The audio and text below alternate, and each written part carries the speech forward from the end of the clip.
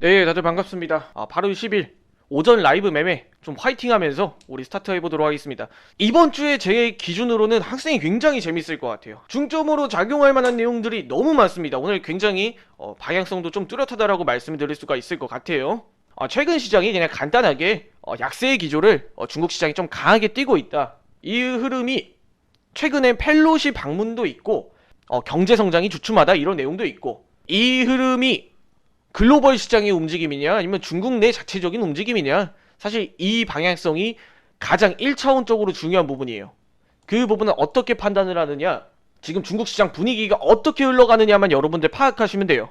지금 고질적인 부분이 중국 시장에서 헝다그룹 사태 다들 기억하실 거예요. 부동산 시장이 한 번 더 침체의 가능성이 존재하지만 통제가 가능한 범위다. 결국에 우리가 우려하는 방향성까지 나오진 않겠지만 균열 신호들로 인해서 하방 쪽에 아직까지는 항생 분위기가 좀 맞춰져 있다. 그런데 여기서 분위기를 어떻게 전환을 시킬 수가 있느냐, 결국에 인프라 강화에 대한 부양책과 정부에서 이제 나올 수 있는 조치들이 있겠죠. 예를 들어 지준율 인하라든지, 혹은 이 정부에서 이제 전기차 보조 산업이라든지 이제 친환경 사업이라든지 이런 내용들에 대해서 지금 현재 민생을 부양하고 기업을 부양하는 내용들이 나왔을 경우, 그리고 전자결제 기업들이라든지 대부분 기업들이 규제를 조금씩 완화되는 그런 초점으로 부동산 시장도 마찬가지 그런 움직임으로 갔을 때 기대감을 가장 크게 동반해요. 그냥 간단하게 또 말씀을 드리면 중국 시장은 대부분 부호들이 부동산에 대한 비중을 크게 차지하고 있기 때문에 중국 시장의 주요 분위기를 중점으로 살펴볼 필요가 있을 것 같고, 이거는 여러분들이 너무 크게 CPI가 뭐고 PMI가 뭐고 이렇게 분석하실 필요는 따로 없을 것 같은, 그지만 변곡점의 당일날에 얼마나 영향을 주는지에 대한 여부는 모든 시장에서도 마찬가지로 항상 체크를 해 두셔야 되고, 단순 노이즈로 시장에 핵심적으로 작용하는 이 포인트가 어떤 부분인지만 조금씩 여러분들이 생각을 해주셔야 된다. 대표적으로 최근에 펠로시 관련 이슈가 나왔죠. 펠로시가 중국을 방문한다고 해서 눈엣가시로 받아들이는 그러한 흐름들 때문에 중국 증시가 조금 더 약세 흐름과 더 나아가서 전쟁까지 갈 수도 있다, 이런 내용 때문에 최근에 또 중국 증시가 하락을 맞이했는데 단순 해프닝에 지나지 않았습니다. 그렇기 때문에 여러분들이 이 내용들도 중국 시장에 대해서 바라보는 초점을 좀 다시 잡아볼 필요가 있을 것 같고, 최근에 중국 시장과 국내 시장의 상관관계를 조금 제가 설명을 드릴게요. 국내 시장이 약세를 보일 수밖에 없는 게, 여러분들 반도체 칩 4동맹이라는 거를 중국 시장을 견제하기 위해서 미국이 먼저 칼을 뽑아들었어요. 대만, 일본, 미국, 대한민국 이 네 명이서 우리끼리 반도체를 좀 해먹자 하면서 동맹을 맺자라고 이야기를 한 건데, 여기서 우리나라가 중국에 대한 의존도가, 수출 의존도가 큰데, 중국도 마찬가지로 반도체에 대한 수입 의존도가 큰데, 여기서 중국을 배제하자고 미국이 먼저 그 얘기를 꺼냈죠. 그럼 우리나라는 어떻게 해야 될까요? 미국을 따라가야 돼? 미국을 따라가지 않으면은 또 한번 미국에게 배척당하는 상황이 나올 거고, 반대로 또 중국을 배제하자니 우리나라가 반도체 수출 의존도가 중국한테 너무 큰데 우리나라 입장에서 어쩌자는 거야? 중국을 따라가야 돼? 미국을 따라가야 돼? 솔직히 말씀드려서 현실적으로 미국을 따라가는 게 맞지만, 이것 때문에 결국 중국 시장에 우리가 좀 타격을 받을 확률이 높아요. 중국이 우리나라에 수출 금지, 수입 금지 이런 조치를 내려버린다면, 그럼 우리나라 주식시장이든 경제든 한 번 더 타격을 입겠죠. 애매한 거예요, 여러분. 어쩔 수 없습니다. 여러분들 대한민국에 거주하는 이상, 대한민국에서 주식 투자를 하는 이상 이 리스크는 배제할 수가 없어요. 여기서 이제 칩사동맹에서 미국은 반도체 장비나 설계를 주로 담당을 하고, 일본은 부품과 소재를 담당을 하고, 대만은 TSMC에서 파운드리를 생산을 하고, 마찬가지로 대한민국도 생산을 삼성전자와 하이닉스 중심으로 담당을 하고 있죠. 이러한 움직임이 지금 반도체 칩 4동맹에서 국내 시장은 결국에 중국 시장의 눈치를 한 번 더 볼 수밖에 없어요. 분명 이런 반도체 칩 4동맹을 좋게 미국이 이렇게 만들어도 상황을, 결국에 미국만 좋은 거죠. 그래서 국내 시장 증시가 어려운 이유가 이겁니다. 자, 미국과 중국의 양국 간의 무게감을 가져가야 되는데 제2의 사드 사태를 우려를 해야 되고, 지금 수출 의존도가 강하다 보니까 표면적인 의존도는 우리나라가 미국의 영향을 많이 받지만 현실적으로 우리가 먹고 사는 건 중국에 대한 영향력이 크죠. 그럼 결국에 국내 증시는 뭐 삼성전자, 하이닉스가 반도체 칩4 동맹이든 뭐든 이런 걸 다 떠나서 그 대형주들은 밀려나고, 결국에 이 칩4 동맹에 따라서 관련주들, 개별주들은 또 올라가죠. 그러면 여러분들 주식시장에서 투자를 할 때 어떻게 해야 되냐면 이 수혜주들만 쏙쏙쏙쏙 골라서 투자를 해야 돼요.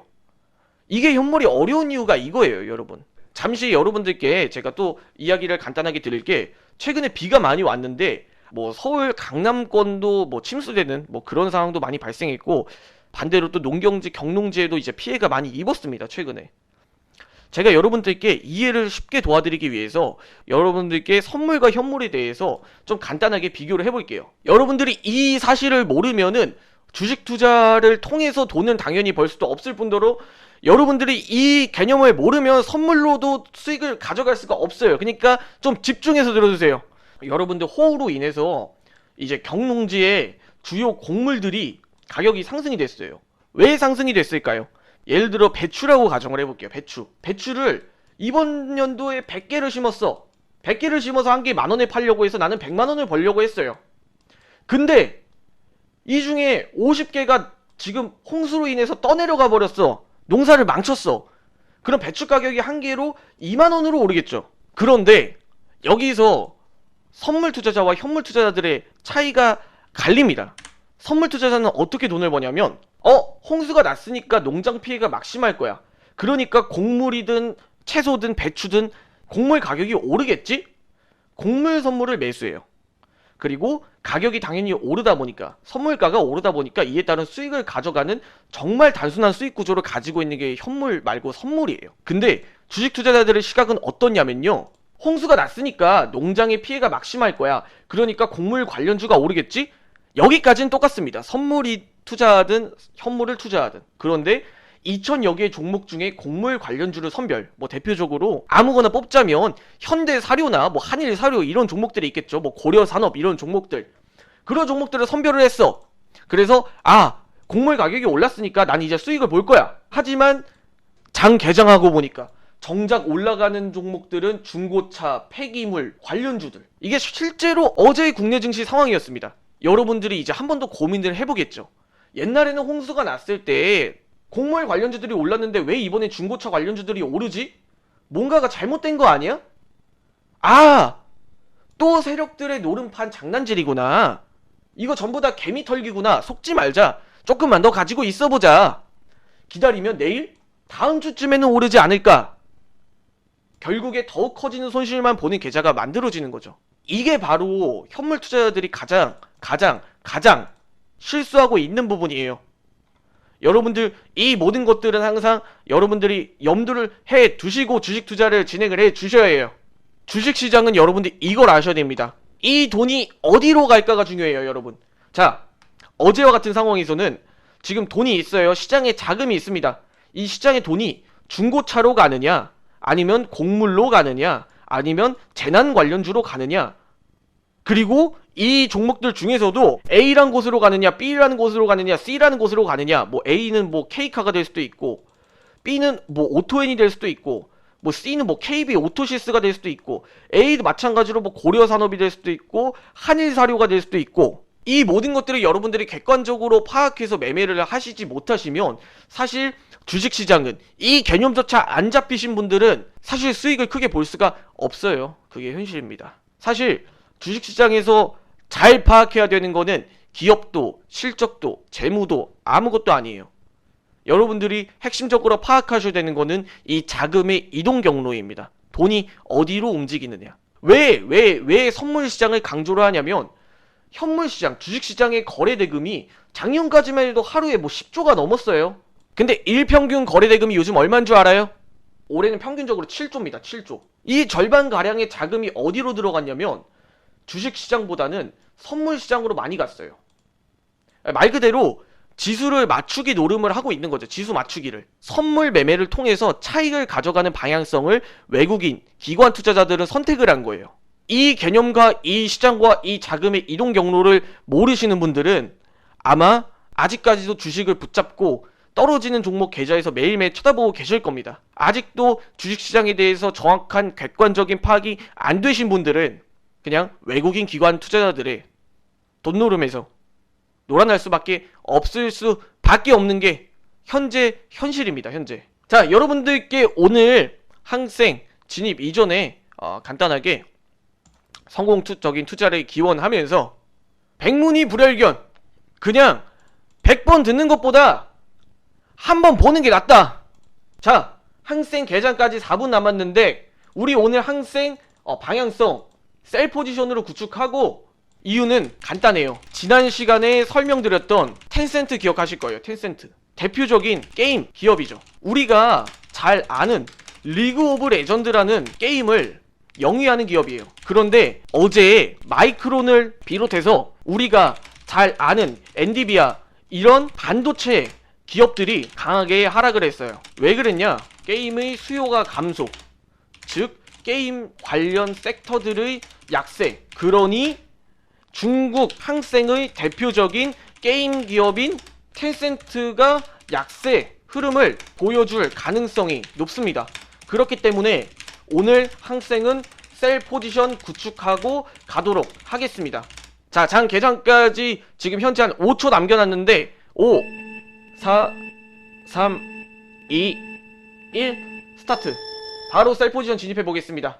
오늘 그냥 변동성 있더라도 셀로 그냥 밀어보도록 하겠습니다.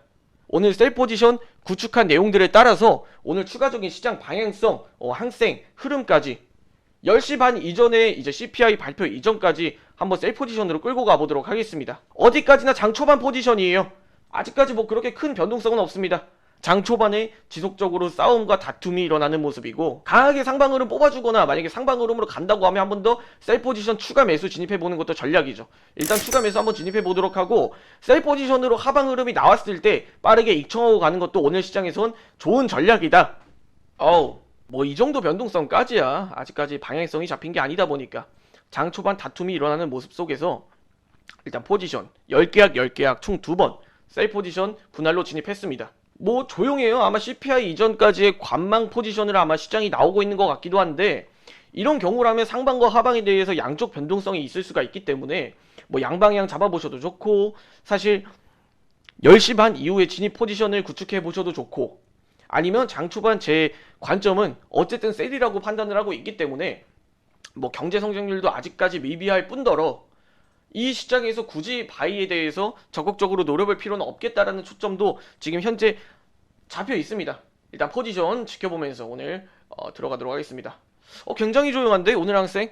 안 그래도 글로벌 시장이 전체적으로 관망 심리가 좀 짙어요. 오늘 시장은 그냥 여전히 아직까지 시장 좀 지켜봐야겠어.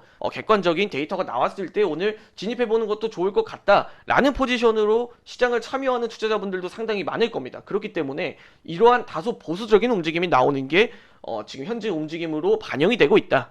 이렇게 판단을 해주셔도 좋은 부분입니다. 아직 상방에 대한 적극적인 니즈는 없어요. 자, 이 정도라고 하면 아직까지도 주춤주춤한 매수세라고 볼 수 있는데, 이런 경우라면 한 번 더 셀 포지션 진입해봐도 좋을 것 같긴 해요. 한 번 더 셀 포지션 진입해보도록 하겠습니다. 오늘 3분할로 그냥 포지션 좀 밀어보도록 하고, 하방에 대해서 한번 적극적인 니즈가 나왔을 때 그때 익청하고 가도 좋을 것 같아요. 다음 분봉이 뚜렷하게 섰을 때 20분이 됐을 때 5분봉이 자리를 한 번 더 잡고 그에 따라서 어떻게 위치를 하느냐가 오늘 시장 관전의 포인트일 것 같아요. 일단 3분할로 셀 포지션 춤에 들어갔습니다. 일단 어디까지나 제 포지션이에요, 여러분. 오늘 하방으로 좀 초점을 잡고 있기 때문에 오늘 좀 적극적으로 비중을 담아본 전략이다 판단을 해주시고, 그리고 여러분들 보시다시피 증거금 비율이 조금, 여러분들 제가 아직도 1000%를 유지하고 있죠. 괜히 무리해서 증거금 비율 100% 막 200% 뭐 150% 이렇게 유지해 주실 필요는 없으시고요. 저는 10계약 30계약이 들어가도 지금 현재 아직까지 증거금 비율이 1000%입니다, 여러분. 자, 하방에 대해서 한 번 더 니즈를 보이려고 지금 하고 있죠. 15분상 위치로 봤을 때 이전 위치에서 좀 저항이 나오는 모습도 있고, 30분봉, 뭐 1시간봉 마찬가지 하방에 대해 좀 더 니즈를 보이고 있고, 자, 지금 보여드리는 순간 하방에 대해서 한번 쏟아지는 모습, 하방에 대해서 추가적으로 니즈가 나올 때 오늘 익청하고 가는 것도 좋은 전략이에요. 자, 일단 벌써 수익권 진입했죠. 자, 오늘 하방에 대해서 초점 맞췄기 때문에 지금 현재 추매가 오히려 공격적인 전략이 된 거예요. 자, 이미 수익권은 진입을 했어요. 수익권 진입했습니다. 한 번 더 하방에 대해서 적극적으로 노려보도록 할게요. 불안하신 분들은 익청하고 가셔도 좋고, 일단 제 초점에 따라서 오늘 대형주, 기술주 중심의 테크주 중심의 약세 흐름이 나올 수 있는 모습, 주도 흐름이 나올 수 있는 모습, 항생 쏟아지는 모습, 장대 음봉 강하게 서는 모습이죠. 자, 2,800불, 2,900불. 자, 항생 오늘 수익권 진입하면서 강하게 하방 쏟아지는 모습. 오늘 항생 익청하고 가도록 하겠습니다. 자, 항생 3,000불, 4,000불 익청하고 들어가겠습니다. 와, 항생 하방으로 강하게 쏟아지는 모습이죠. 자, 여러분들, 제가 오늘 장 전에 이야기 드렸죠. 그냥 무조건 셀이라고 말씀드렸어요. 제 포지션 오늘 그냥 셀로 밀 거다. 이렇게 단순하게 생각을 해도 여러분들 그냥 수익을 정말로 쉽게 가져갈 수 있는 게 선물 시장입니다. 오늘 장 전에도 바로 이야기 드렸어요. 오늘은 무조건 셀이라고 상방 흐름이 나와도 오히려 추매를 통해서 수익을 가져갔죠. 여러분들 똑같이 생각을 하고 똑같은 선물 투자자들과 주식 투자자들의 차이를 제가 말씀을 드리면서 선물 투자자들의 시각은 객관적으로 정말 단순한 수익 구조를 가지고 있죠. 밀려나면 밀려나는 거에 투자를 하시면 돼요.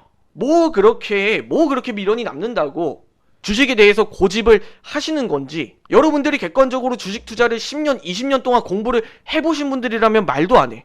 근데 그런 분들도 아닌 분들이 뭐하러 주식 100만원, 200만원, 300만원, 500만원 손실 난 거에 미련을 가지시는지, 제가 오늘 여러분들 셀 이야기 드리면서 방송 시작하면서 여러분들께 강의를 드리고 이야기를 드리고 그리고 포지션 진입한 지 단 5분, 6분 만에 4,000불을 수익을 봤습니다. 지난 방송에서도 여러분들 강조를 드렸죠. 자, 지금 여러분들 지금 제 실제 라이브 계좌고 42만 불 정도, 지난 방송 때까지만 해도 한 39만 불에서 40만 불 된 것 같은데, 이렇게 계좌를 차근차근 우상향하는 전략이 롱런하고 여러분들 계좌를 키워갈 수 있는 전략입니다. 여러분들이 못 믿으실까봐 자, 공개해드려요. 계좌 번호까지 다 공개해드립니다. 자, 여러분들 자세하게 한 번 더 보도록 하겠습니다. 늘 보시는 그 계좌가 맞아요. 2100-129367. 여러분들이 대주주도 아니고 여러분들이 주식 투자에 대해서 20년 30년 공부한 무림의 고수도 아니고, 여러분들이 주식 투자에 대해서 1억 천금을 노리고 들어오신 분들도 계실 텐데, 그 미련을 버리지 못하고 여러분들이 과거의 먼지를 털어내지 못하신다면 여러분들 계좌도 바뀔 수가 없다라는 거를 항상 말씀드리면서, 저 또한 그랬으니까 내가 겪어온 길을 여러분들께 보여드리고, 내가 겪어온 방향성, 내가 시행착오로 겪었던 부분, 이 모든 것들이 여러분들께 하나하나 진짜 투명하게 조언을 해드리고 있습니다. 내가 왜 굳이 이렇게까지 하느냐? 난 역겨워요. 증권사나 투자 자산 운용사, 자문사, 유사투자 자문사까지 정말 역겹습니다. 왜 자꾸 주식을 하라고 부추기는지, 왜 개인들한테 삼성전자, 하이닉스, 현대차, 카카오, 네이버, 기아차 아직까지도 가지고 계신 분들이 계실 텐데, 객관적으로 지금 이 상황을 보고도 그 종목을 여러분들이 가지고 계셔야겠다, 가지고 있어야겠다 생각을 하시는 분들은 가지고 있어 보세요. 네. 근데 몇 년 뒤, 몇 개월 뒤, 몇 달 뒤 계좌가 어떻게 바뀔지는 항상 여러분들께 먼저 이야기를 드렸죠. 아마 올해 초부터 내가 삼성전자, 7만전자 뭐 이때부터 깨진다, 6만도 깨진다, 5만도 깨진다 계속 이야기를 들었던 것 같은데, 아직까지도 들고 있으신 분들은 마이너스 10%, 20% 더 나고 나서야 그때 이후에 정리했어. 백문이 불여일견이라고 그냥 여러분들 직접 보시고 투명하게 보시고, 난 내 돈 가지고 내가 돈 벌어가는 모습 보여드리면서 여러분들의 그 편협한 시선을 바꿔드리고 싶습니다. 오늘 다들 수익 축하드리고 오늘 방송 마무리 짓도록 하겠습니다. 방송 시청해주시느라 다들 고생 많으셨습니다. 모두 백문이 불여일견 성공적인 투자를 항상 기원합니다. 지금까지 김윤석 본부장이었습니다.